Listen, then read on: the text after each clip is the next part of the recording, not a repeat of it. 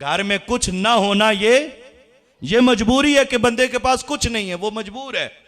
और घर में कुछ ना रखना ये किसी और शान की तरफ इशारा करता है कि हुजूर की आले बैते अतार की शान ही ये थी कि उनके पास जब भी कुछ आता था पास रखते ही नहीं थे, फौरन तकसीम कर दिया करते थे। ये जो कभी कभी सुनते हैं ना, उनके पास कुछ नहीं था, इतने दिनों से फाका था, कुछ खाया नहीं, कुछ पिया नहीं, ये जो बात सुनते हैं, ये सुनकर ये माना कभी भी नहीं लेना चाहिए कि वो कोई मजबूर थे। माज़अल्लाह, वो मजबूर नहीं थे।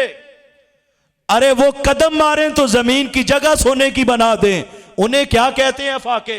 ये सब कुछ इसीलिए था क्योंकि वो हुजूर को देखते थे। हुजूर की ये शान थी कि एक एक मजलिस में अगर करोड़ों मालियत के भी खजाने आ जाते, हुजूर उस वक्त तक घर नहीं जाते थे, सब जब तक सब कुछ तकसीम नहीं हो जाता था। ये उनकी शान थी।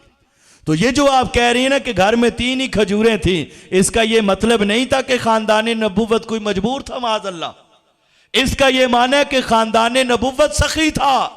उनके पास जब भी कुछ आता था वो पास रखते ही कुछ नहीं थे, तकसीम ही तकसीम किए जाते थे। वो इतने सखी कि उनकी सखावत भी कुरान का अल्लाह हिस्सा बनाता है। वयुतइमून अत्तामा अला हुब्बिही मिस्कीनम व यतीमम व असीरा, उनकी सखावतें तो कुरान के हिस्से हैं। तो उम्मुल मोमिनीन ने वो 3 खजूरें उस औरत को दे दी।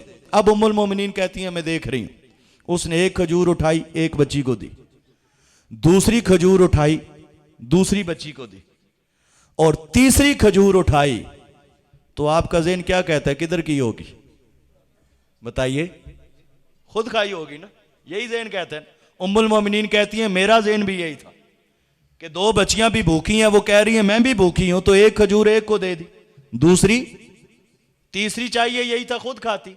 उम्मुल मोमिनीन कहती हैं मैं भी सोच रही थी खुद ही खाएगी, लेकिन कहती है मैं तो देख के हैरान हो गई, उसकी ममता की शफकतों को देख के हैरान हो गई।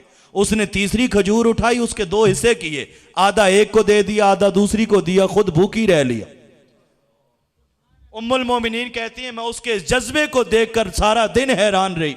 जब शाम को हुजूर घर तशरीफ लाए, मैंने सारा माजरा हुजूर को सुनाया कि आका एक औरत आज ऐसी आई थी, उसको मैंने 3 खजूरें दी उसकी डिमांड पर, उसने एक बच्ची को दी, दूसरी दूसरे को दी, तीसरी को डिवाइड किया और वो आधा आधा दोनों को दे दिया, खुद भूखी रह लिया। सही बुखारी के अल्फाज हैं, हुजूर ने फरमाया आयशा गवाह रहना उस औरत के सिर्फ इस एक अमल की वजह से कि उसने अपनी बच्चियों की परवरिश का इतना लिहाज रखा। हुजूर कहते हैं इस एक अमल की वजह से आयशा अल्लाह ने उस औरत पर जहन्नम को हराम कर दिया। और सही मुस्लिम के अल्फाज हैं, हुजूर ने फरमाया आयशा उस औरत के इस एक अमल की वजह से अल्लाह ने उस औरत पर जन्नत वाजिब कर दी। ये है हक़ परवरिश। हम इसी औलाद को बोझ समझ के पाल लें तो पल तो फिर भी जाएंगे, और इसी औलाद को अगर अल्लाह और उसके रसूल का फरमान और तालीमात समझ कर पाल लें तो फिर अल्लाह रब्बुल इज़्ज़त सूरह तलाक में इरशाद फरमाता है कि जिसके पास जितने वसाइल हैं अल्लाह कहता है वो अपने उन्हीं वसाइल में से अपनी औलाद पे खर्च करे। तो अल्लाह रब्बुल इज़्ज़त कहता है जब वो वालिदैन अपनी औलाद पे यूं खर्च करेंगे, कुरान कहता है अल्लाह रब्बुल इज़्ज़त कहता है मैं उन्हें वहां से रिस्क दूंगा जहां से उनके वहमो गुमान में भी नहीं होगा। ये हक़ परवरिश जिसको शायद हमने कभी को समझा ही नहीं। उसके बाद अगला आम तरीन हक वो हक़ रज़ात, दूध पिलाने का हक। यहां भी हम मॉडर्निज्म का शिकार हैं और बहुत बुरी तरह शिकार हैं। कुरान के अंदर अल्लाह ने बच्चे की एक ही खुराक का जिक्र किया है और वो उसकी मां का दूध। कुरान के अंदर छोटी उम्र के बच्चों के लिए किसी दूसरी खुराक का जिक्र ही कोई नहीं। और कुरान में अल्लाह ने कहा वलवालिदातु युर्दिना औलादहुन्ना हौलैन कामिलैन, कि माओं पर लाजिम है अपने बच्चों को 2 साल तक अपना दूध पिलाए। हदीस पाक में दूसरी चीजों का जिक्र है। हुजूर ने फरमाया अगर मां का दूध मुयस्सर ना हो किसी वजह से, हुजूर ने फरमाया फिर उसको बकरी का दूध पिलाओ। अगर वो भी मुयस्सर ना हो तो हुजूर ने फरमाया गाय का दूध पिलाओ।